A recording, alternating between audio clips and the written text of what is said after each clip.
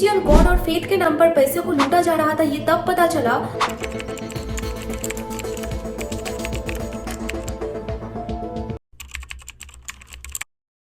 Hey guys, welcome back to my channel with the starting of a new episode Evil in the Name of God। आज मैं एक ऐसे शख्स के बारे में बात करूंगी जिन्हें आप सभी लोग जानते हैं, but in this episode of Evil in the Name of God आप क्या जानते हैं वो मैटर नहीं करता, आप कैसे जानते हैं वो मैटर करता है।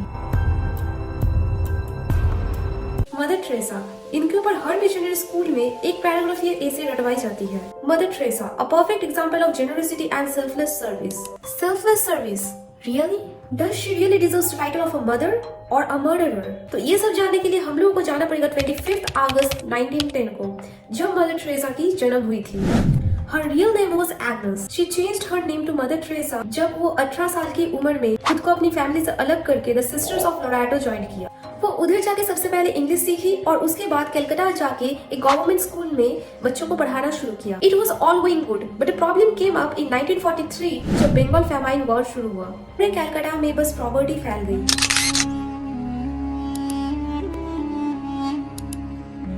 Millions of people starved, dying for food and other diseases. There were communal riots everywhere. Hindu और मुस्लिम के बीच में वायलेंस बढ़ते जा रहे थे। तभी मदर टेरेसा को बुलाया गया ताकि वो कॉन्वेंट स्कूल छोड़कर गरीब दुखी के साथ रहे और उनका मदद करे। 1948 में उन्होंने पोर्स के लिए एक मिशनरी स्टार्ट किया and also by taking help of the municipal authorities वो कलकत्ता में एक पिलग्रिम हॉस्टल भी एस्टैब्लिश की। 1950 तक सब कुछ ठीक चल रहा था, सब लोग उनका साथ दे रहे थे। उन्होंने होली फैमिली हॉस्पिटल से मेडिकल ट्रेनिंग लेकर पोरेस्ट ऑफ द पोर्स के लिए एक मिशनरी चैरिटी एस्टैब्लिश कर दिया। गरीबों को लग रहा था कि भगवान ने उनके लिए कोई फरिश्ता भेज दिया हो। But does a angel really exist in this brutal world? ये क्वेश्चन तब उठी जब 1994 में क्रिस्टोफर हिचन्स ने एक डॉक्यूमेंट्री रिलीज की जहां मदर टेरेसा को एज अ हेल्स एंजल पोर्ट्रे किया गया। In early 1980, who could fail to be touched by the work of the orphanage? Not I. Though I did find myself a little put off by the mission's motto. और फिर mother Teresa missionaries के कुछ ऐसे राज खुले जो mother Teresa को एक sense से रातों रात ईविल बना दिया। जो लोग उधर काम किए उनमें से कुछ लोग बताए कि उधर पोर्स और बच्चों को इतनी बुरी तरह से रखा जाता था कि वो देखकर सेकेंड वर्ल्ड वॉर की कंसंट्रेशन कैंप की याद आ जाती थी। मदर टेरेसा पेशेंट्स को बिना पेन किलर्स के ट्रीट करती थी और एक ही सिरिंज को बार बार बस ठंडे पानी में धोकर यूज करती थी। और उधर बहुत सारा HIV और एड्स का पेशेंट था। तो सोचो, जब उन्हें बताया जाता था कि नया सिरिंज यूज करने के लिए या उस सिरिंज को गर्म पानी में अच्छे से सैनिटाइज करने के लिए, तब मदर टेरेसा साफ साफ मना कर देती थी।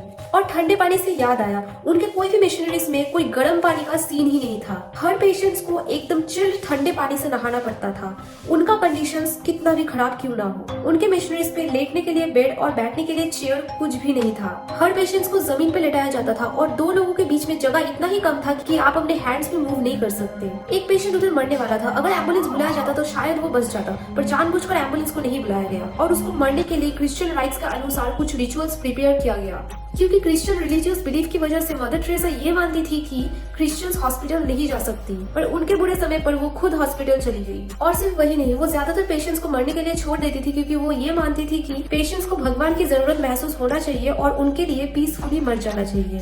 सो बेसिकली मदर टेरेसा पुअर्स को हेल्प नहीं करती थी। कहा जाता है कि मदर टेरेसा पुअर्स को क्रिश्चियनिटी पे कन्वर्ट करती थी, चाहे वो हिंदू हो या मुस्लिम हो, कुछ नहीं मानती थी, सबको क्रिश्चियन रिचुअल्स फॉलो करवाती थी। सिमिलरली जब नॉर्थ इंडिया के एक जगह पर आग लगने की वजह से 360 चिल्ड्रन और 60 एडल्ट्स का मौत हो गया, तब सारे मिशनरीज हेल्प करने की वजह बस जीसस के पास प्रे कर रहे थे। फिर Bhopal gas tragedy, mother Teresa ने होली वर्जिन्स को मेडल डिस्ट्रीब्यूट करते हुए ये बोला कि it was just an accident that must be pardon, जैसे कि ये उनके लिए कोई बड़ी बात ही नहीं थी। The centre point of all this is that Mother Teresa used to believe if God takes someone's life तो वो उनके भले के लिए ही करते हैं, और इसी वजह से मदर टेरेसा कभी किसी को अच्छी तरह से बचाने की कोशिश ही नहीं करती थी। पर और एक चीज जो इन सब रिलीजियस फेथ को पूरी तरह से घुमा देता है, आप सभी लोगों को जरूर ये एक बार लगा होगा कि मिशनरीज का इतना खराब हाल है, जरूर मिशनरीज में कोई मनी की या फंडिंग की प्रॉब्लम होगी। तो मैं बता दूं, मदर टेरेसा का अक्रॉस द वर्ल्ड जो डोनर है, सबको अगर कलेक्ट किया जाए तो पूरे $30 मिलियन होते हैं। उसके अलावा भी उनको मिलियंस ऑफ डॉलर्स डोनेट किया गया to recover ads patients,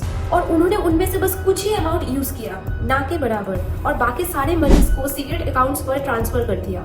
Nirmala Joshi, जो कि मदर टेरेसा की सक्सेसर थी, उन्हें जब इन पैसों के बारे में पूछा गया तो उन्होंने ये जवाब दिया कि God knows he is our banker. Religion, God और फेथ के नाम पर पैसे को लूटा जा रहा था, ये तब पता चला जब ये राज खुला कि Mother Teresa was connected to the former prime minister of Albania.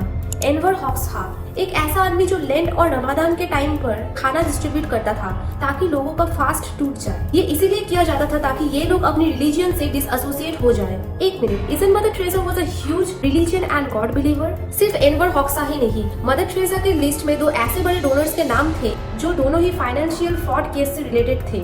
उनमें से एक था रॉबर्ट मैक्सवेल, जिन्होंने अपने एम्प्लॉयज के फंड में से $450 मिलियन का फ्रॉड किया था। And another was Charles kidding, जिनके ऊपर वेडिंग एंड बैंक करप्सी का फ्रॉड चार्ज लगाया गया था और उन्होंने मिलियंस ऑफ डॉलर्स का फंड मदर टेरेसा को दिया था, including a private jet. Also another friend of mother Teresa was accused of being a mass murderer during the cold war.